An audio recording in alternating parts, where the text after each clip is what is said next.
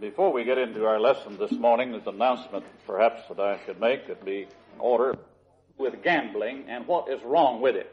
Recently, I was asked a question here by a young convert about gambling, faced with it on the job and being ridiculed because this person will not participate in any form in gambling on the job, believing that it is wrong but unable to give clear scriptural proof as to why it is wrong, asked me questions concerning it, and I promised the person that I would deal with gambling and what's wrong with it, and so our plans are to do so this morning. I cannot remember the time in my life when I did not believe that gambling was wrong.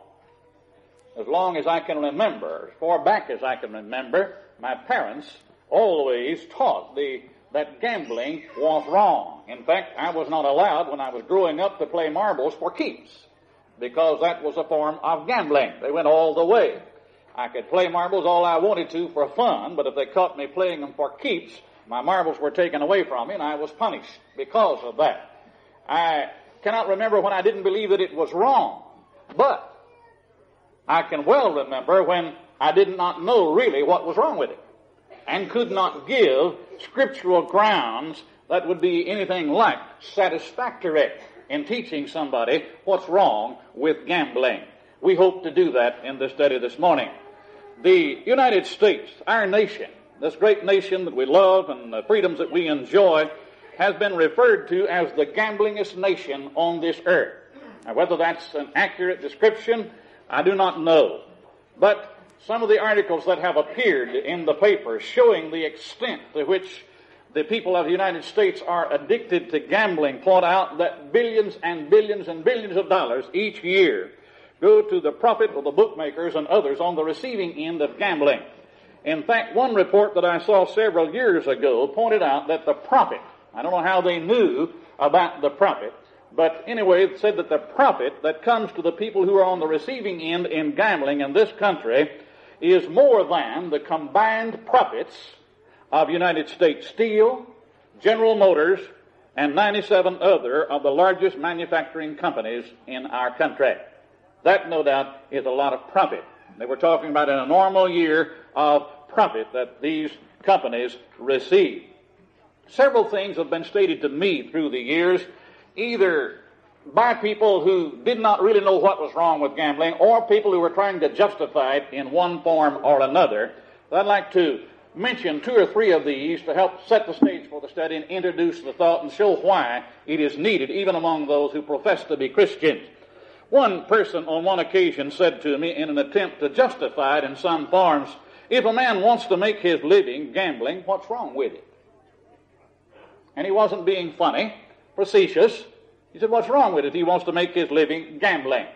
Well, my answer then was, and still is, the same thing that is wrong with making your living by cheating, or by defrauding, or by prostitution.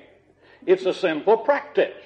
We are not at liberty under the authority of Christ, or at liberty and at the same time be acceptable unto God to make our living just any way we want to make a living. There are sinful ways in which people make a living. This is one of the sinful ways. And if it's a sinful way, it's no better than making your living by prostitution. Now, it may be glamorized, it may be glorified, and the elite of the country may accept it, and there may be centers of gambling that are legalized, and they are glorified in the eyes of people, but it's still a sinful way of making a living and doesn't put you in any class that's greater than that one that makes a living by prostitution. Another has said people are going to gamble anyway. We always had it, and we're always going to have it, and we can't stop them. Therefore, let us legalize it and tax it in order to gain needed revenue for our schools and other worthy causes.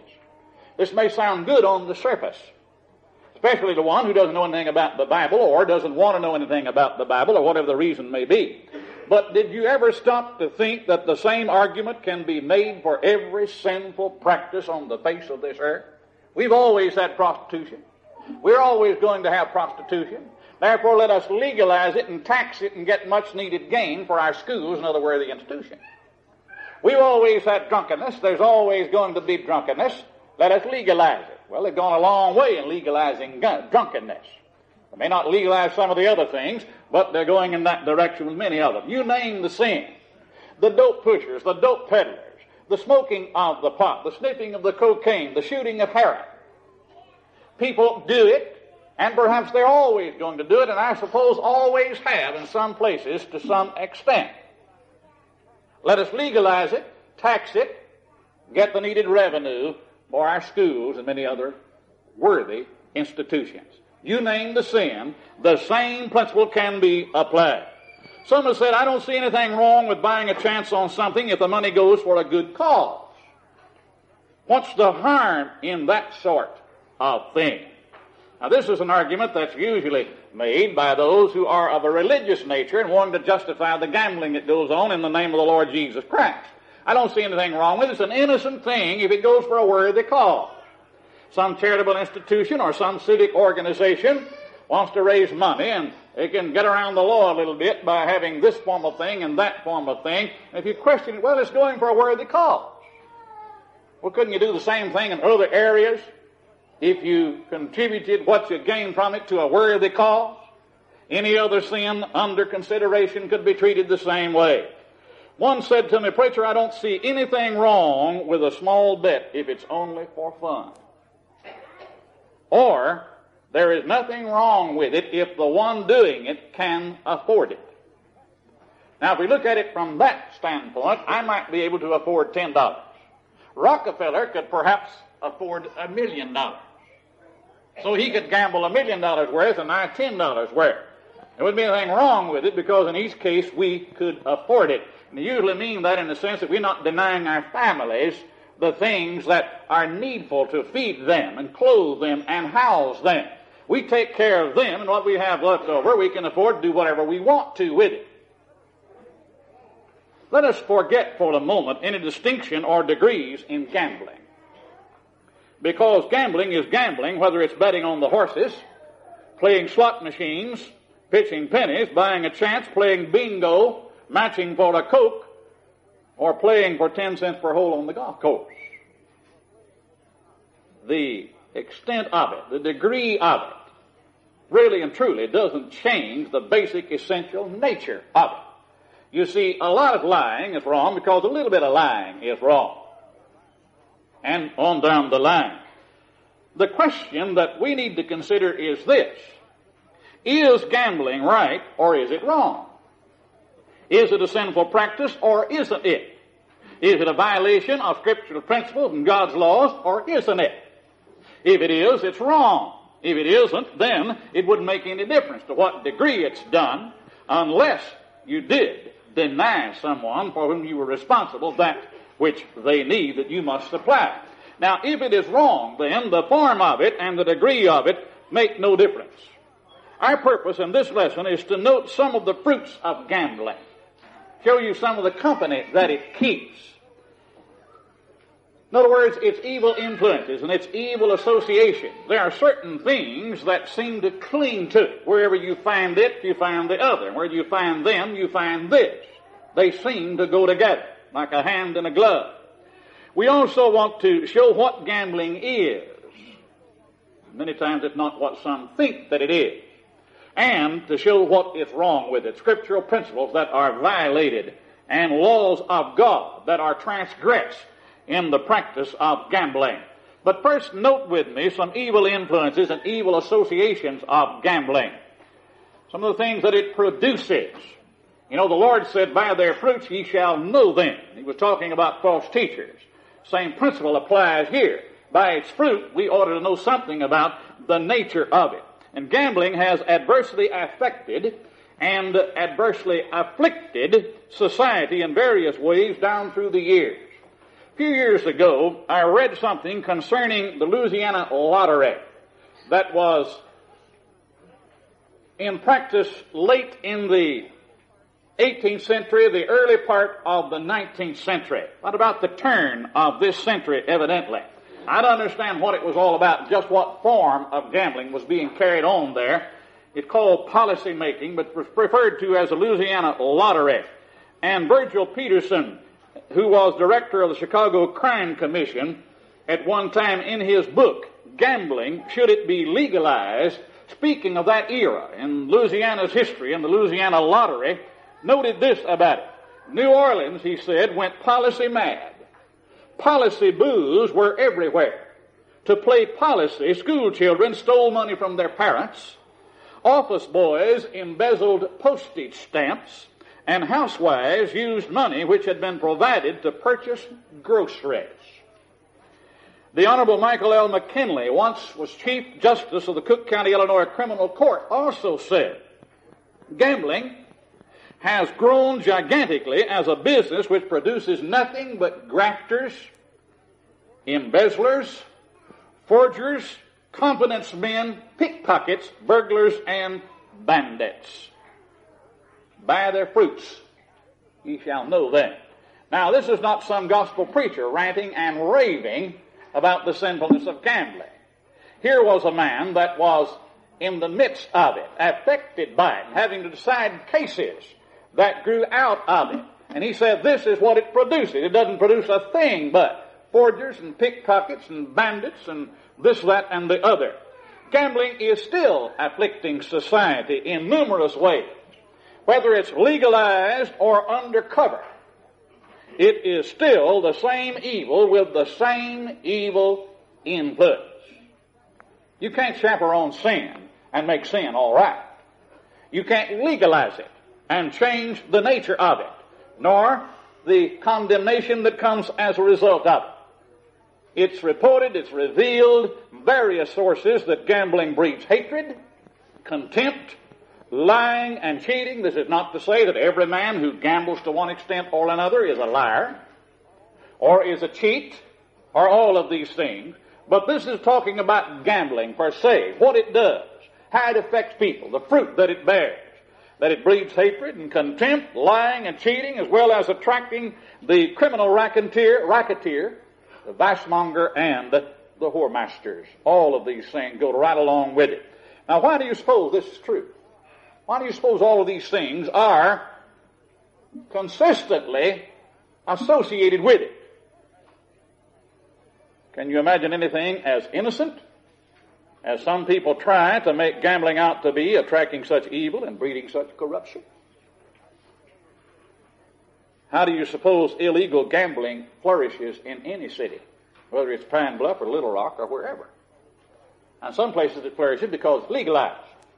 But how do you suppose it flourishes in a city like ours where it is not legalized? By its power to corrupt public officials and law enforcement agencies. It's the only way it can flourish. Somebody's got to turn their back on it. Somebody's got to turn a deaf ear. Somebody's got to be influenced. Somebody's got to fail to carry out the law, or it couldn't flourish. This is just briefly some of the fruit of gambling. Now, let us answer the question, what is gambling? I've had arguments made to me in time past by some who really didn't understand what gambling is. And they were justifying gambling by saying, if I condemn that, then I've got to condemn something else over here because they fall in the same category. And they thought they fell in the same category because they had a misunderstanding of what gambling is. They were thinking of it merely as something where a chance is involved. But gambling is more than competing for a prize. You can compete for a prize where merit wins without being guilty of gambling, without committing the sin of gambling, such as a prize for the best speller in a spelling match, and many other areas, the best stock in a stock show, the best cook, or the best pickle maker, and things of this nature.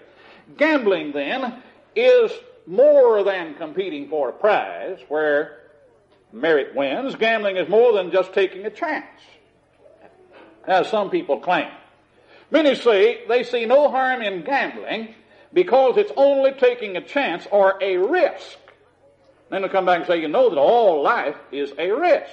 We take chances every day. This is true. They say that you are gambling when you buy an insurance policy. I've even had that argument made. While you're gambling, you buy an insurance policy on your life. They're betting that you don't, and you're betting that you do. It's a silly argument, but when someone trying to justify something These arguments are made. But the wrong in gambling is not because there is in it an element of chance. That's not the wrong of gambling. So it cannot be defended by saying all people take chances every day. Driving an automobile is quite risky. There are times and there are holiday weekends when you pretty well take your life in your hand when you get out on the road. At best, there's chance. There's a risk involved. But who's going to be willing to say that that's gambling? That is the sin of gambling. Planting a crop is risky. You don't believe it? Ask some of these farmers. There's a risk, there's a chance, certainly so. You don't have any guarantee when you put those seeds in the ground, spend your money and cultivate that crop, that you're going to harvest it. Now, we have God's providence operating, and generally this is going to be, and it's going to continue to be. We will sow and we will reap. We will get a harvest. But you know there are many crop failures through no fault of that farmer. Many things enter in. Certainly there's a chance. There is a great risk that he'll lose his money and go bankrupt. That means he's gambling because there's a risk involved? Certainly not. That's not what gambling is, just a chance or a risk. Operating a business of any kind can be quite risky. Many bankruptcies take place every year. And there are periods of time when there are many more bankruptcies, a greater percentage of bankruptcies than there are at other times, depending on circumstances, the economy, many things. Investing in stock per se is not gambling. You can gamble on the stock market, but some have taught you cannot. It'd be wrong to buy stock in a company. You're gambling. No, just doing that's not gambling. You can gamble on it, and I'm sure that it is done many times, but all of that involves a chance, but not one of these qualify in and of itself as gambling. That's not what gambling is. So gambling is not just taking a chance. Gambling is to play games of chance for money or some other stake. Or we might say to take a risk to gain some advantage. To bet, to wager on a chance. We might say it's even more than this.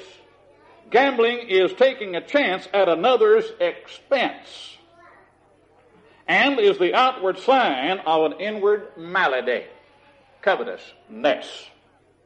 It thrives on that. It's promoted by covetousness. Like murder, which is motivated by hatred in one man for another, gambling generally is motivated by the desire to have something that belongs to another without rendering what is due and right in obtaining it. And the same thing that motivates gambling causes thievery or stealing. You cannot completely separate covetousness from gambling, and certainly not from the gambling industry. Now, we're ready to take a look at and to deal with what's wrong with gambling. Some of the principles involved. Gambling is sinful because it's a violation of civil law. In almost every place in our country. Now, true, the Bible does not say, thou shalt not gamble.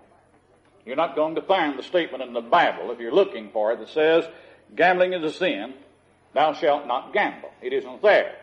In fact, like other things that are not mentioned by name, but condemned in principle, and they're principles that they violate.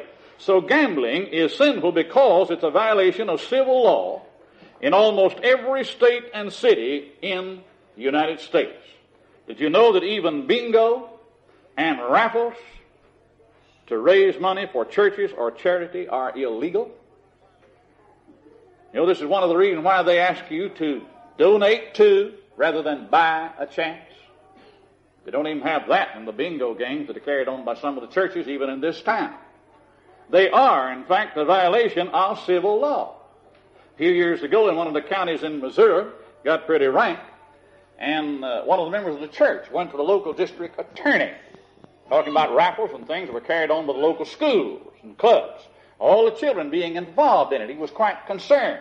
He went to the district attorney and he said, are not these things illegal? He said, yes. Well, he said, why don't you do something about it then? He said, I would have to if people brought a complaint. But it's something that's become so accepted.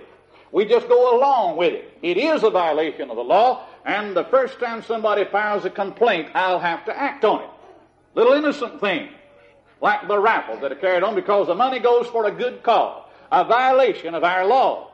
Now, in 1 Peter chapter 2, verses 13 and 14, we have this statement: submit yourselves to every ordinance of man for the Lord's sake, whether it be to the king as supreme, or unto governors, as unto them that are sent by God for the punishment of evildoers, and for the praise of them that do well. We are taught to obey the laws of the land. As long as those laws do not conflict with the law of God, we are required to be obedient citizens. It's a violation of God's law to violate the laws of the land. In Romans chapter 13, verses 1 through 5, the Apostle Paul this time teaches the same thing, that every soul be subject unto the powers that be. Went on to point out in those verses that the civil rulers are ministers of God to administer justice. They are to punish the evildoer, and they are to protect the innocent and praise the innocent. They have an obligation, a duty to uphold and support the law. Not every public official who swears to uphold the law will do it. Some will get in and then refuse to do what they're supposed to do. But nevertheless, God is the author of civil government, and when civil laws do not go contrary to the law of God, we are to be law-abiding citizens. But let us suppose that gambling was legalized in every county and every city of the United States. Suppose it was no longer a violation of civil law.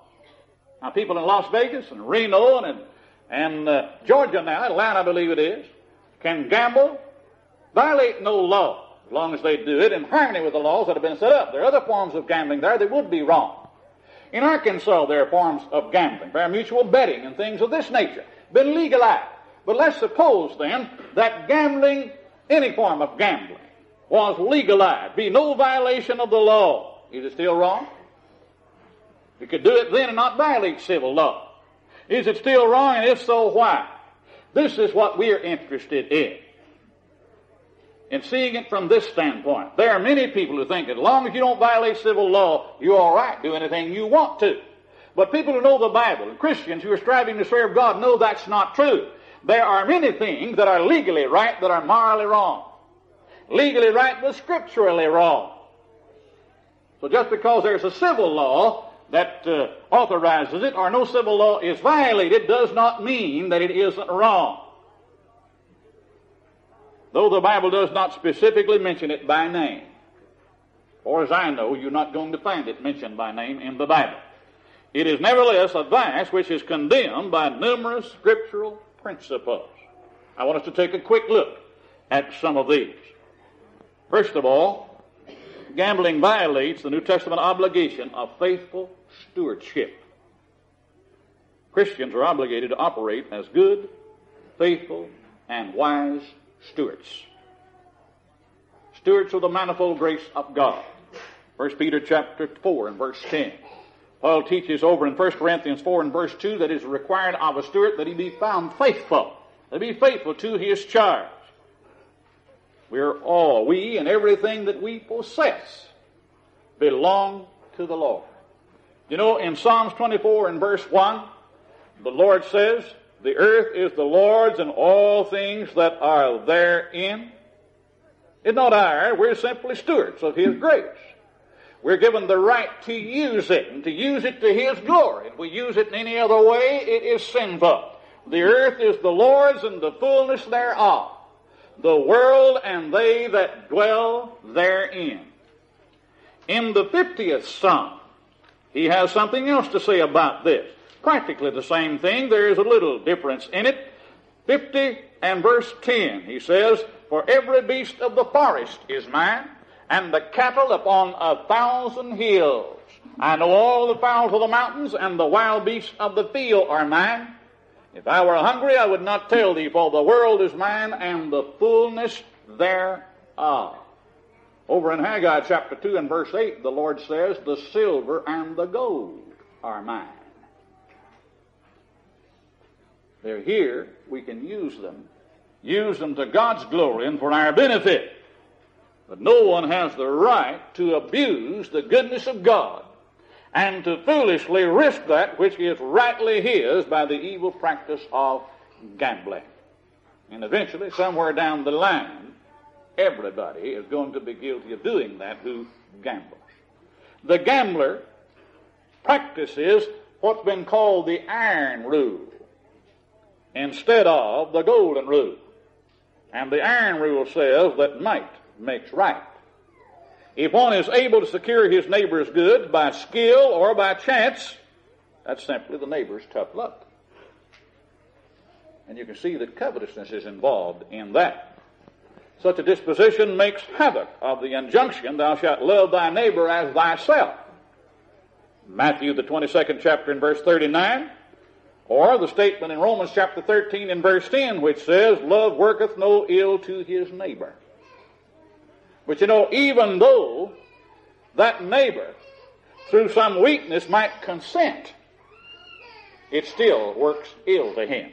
He might consent to gamble with you and you take his money from him. But it still works ill to him. It does not work his good. The principle of the golden rule prohibits it. Matthew the 7th chapter and verse 12. Therefore, whatsoever things thou would that men should do unto you, do ye even so unto them. But again, gambling is highly addictive. We're not saying that everybody that gambles is guilty of all of these or affected by all of these. But it is addictive. The United States Department of Public Health estimates that there are more than 6 million compulsive gamblers in this country. I don't know how they arrive at the statistics. Of course, another figure might give it differently. But it's enough so that they realize that it's a real problem, whatever the correct figure might be. There are people who are compulsive gamblers, addicted to it, like one is addicted to drink. We're not to be brought under the power of anything except the Lord. A principle laid down by Paul in 1 Corinthians 6 and verse 12 in connection with other things. But I think certainly would apply. There's an organization known as Gamblers Anonymous. As I understand it, that organization urges its members not to gamble for so much as even a cup of coffee. They can't do it. And the Christian will totally abstain from wrong things, whatever they are, whether he's ever going to be addicted to it or not. He'll totally abstain from wrong things, and he will use moderately those things that are good. But he won't be brought under the power of any. He has to have food. He has to eat to live, but he doesn't live to eat.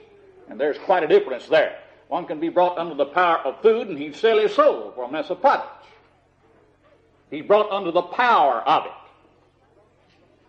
Gambling sets an evil example. A servant of Christ will take thought for things honorable in the sight of all men, according to Paul in Romans chapter 12 and verse 17.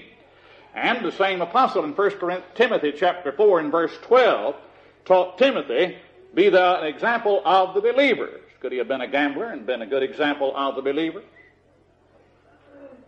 Could he have met the condition laid down and take thought for things honorable in the sight of all men? We must give no occasion to the adversary for reviling or for speaking evil. 1 Timothy chapter 5 and verse 14. But gambling breeds deceit and dishonesty. Gamblers, like drug addicts, frequently resort to crime to finance their wicked habit. I saw a report some years ago that in Reno, Nevada, where gambling is legalized, that the police department estimated that 75% of their embezzlement cases were gambling related. Truly, a corrupt tree produces corrupt fruit. By their fruit, you can know them. But gambling is a sin against society. because it's destructive of the very elements which are most desirable and which make society stable. Nothing stable about it. It's a sin against society because it destroys these things. Because gambling is a destroyer of the home. Gambling is a robber of mental serenity. It brings fear and frustration and anxiety. It's been reported that the suicide rate is high among gamblers. It promises that big chance. There's always the pie in the sky. There's the pot at the end of the rainbow. Always going to win $1 million. Some that get addicted to it, they're not really concerned about winning. It's just the gambling. But with many, it promises that big chance, but ends up ruining the lives of multitudes. Gambling has been a blight upon this nation. It feeds the monster of organized crime. And seemingly, there's been no way for our government to kill that monster. In spite of all their efforts, it grows.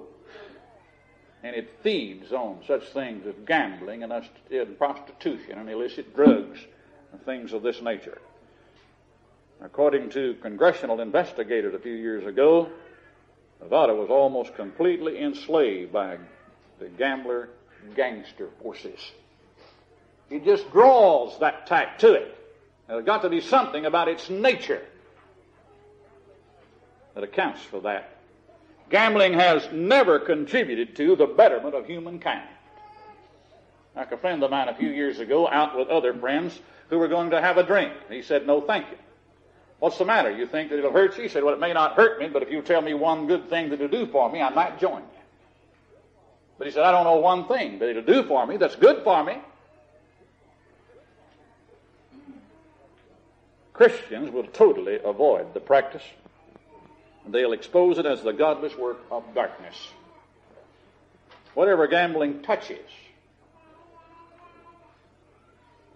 it makes sordid, it makes filthy, foul, dirty, and gross.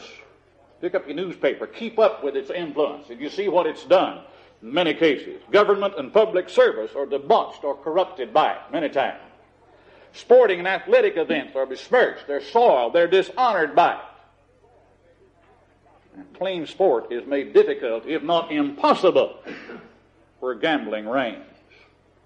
Gambling destroys brotherhood. It denies the essential spirit of brotherhood. Because gambling doesn't set out to do the other fellow good. Gambling sets out to get something from me at the expense of the other fellow. It may be only a few cents, or it may be many millions, but always it's to get something from the other fellow at his expense. My advantage over his. That's not brotherhood. Gambling undermines respect for law and order. You can mark it down in your book. It has a history of doing that. The history of gambling shows that it always breaks down the individual's respect for the law. Follow in it long enough and it'll affect you the same way. You can note easily the apparent contempt for the law demonstrated by organizations which carry on gambling. You think the organizations that are fed by and supported by gambling have any respect for law and order? They couldn't care less about law and order. Only when they can use it to benefit them. Only when they can use it to enrich their coffers. That's the only respect they have for it. That's not respect for law and order. That's the covetousness that wants this, that uses everything that gets in its way for its own benefit, not for the benefit of somebody else. All these organizations make great donations to charitable organizations. They may want you to think that they're interested in brotherhood. But when they make those big donations, it's still done for their benefit. It's like they manipulate the law. If they can, they manipulate the charitable organizations for the same reason. More money, greater freedom, little better attitude toward them than people would have. They use that as public relations. But gambling is a sin against God. Because whatever a man does that is sin against himself and a sin against others is in reality a sin against God. In Psalm 51 in verse 4, David said, in words that cannot be misunderstood, that when he committed the sin with Bathsheba, the wife of Uriah, he sinned against God. Psalms 51 and verse 4 reads, against thee, talking about God, thee only have I sinned and done this evil in thy sight. Now he had committed adultery with another man's wife. But he's here declaring that that was a sin against God. And we need to get that in our mind, that you don't sin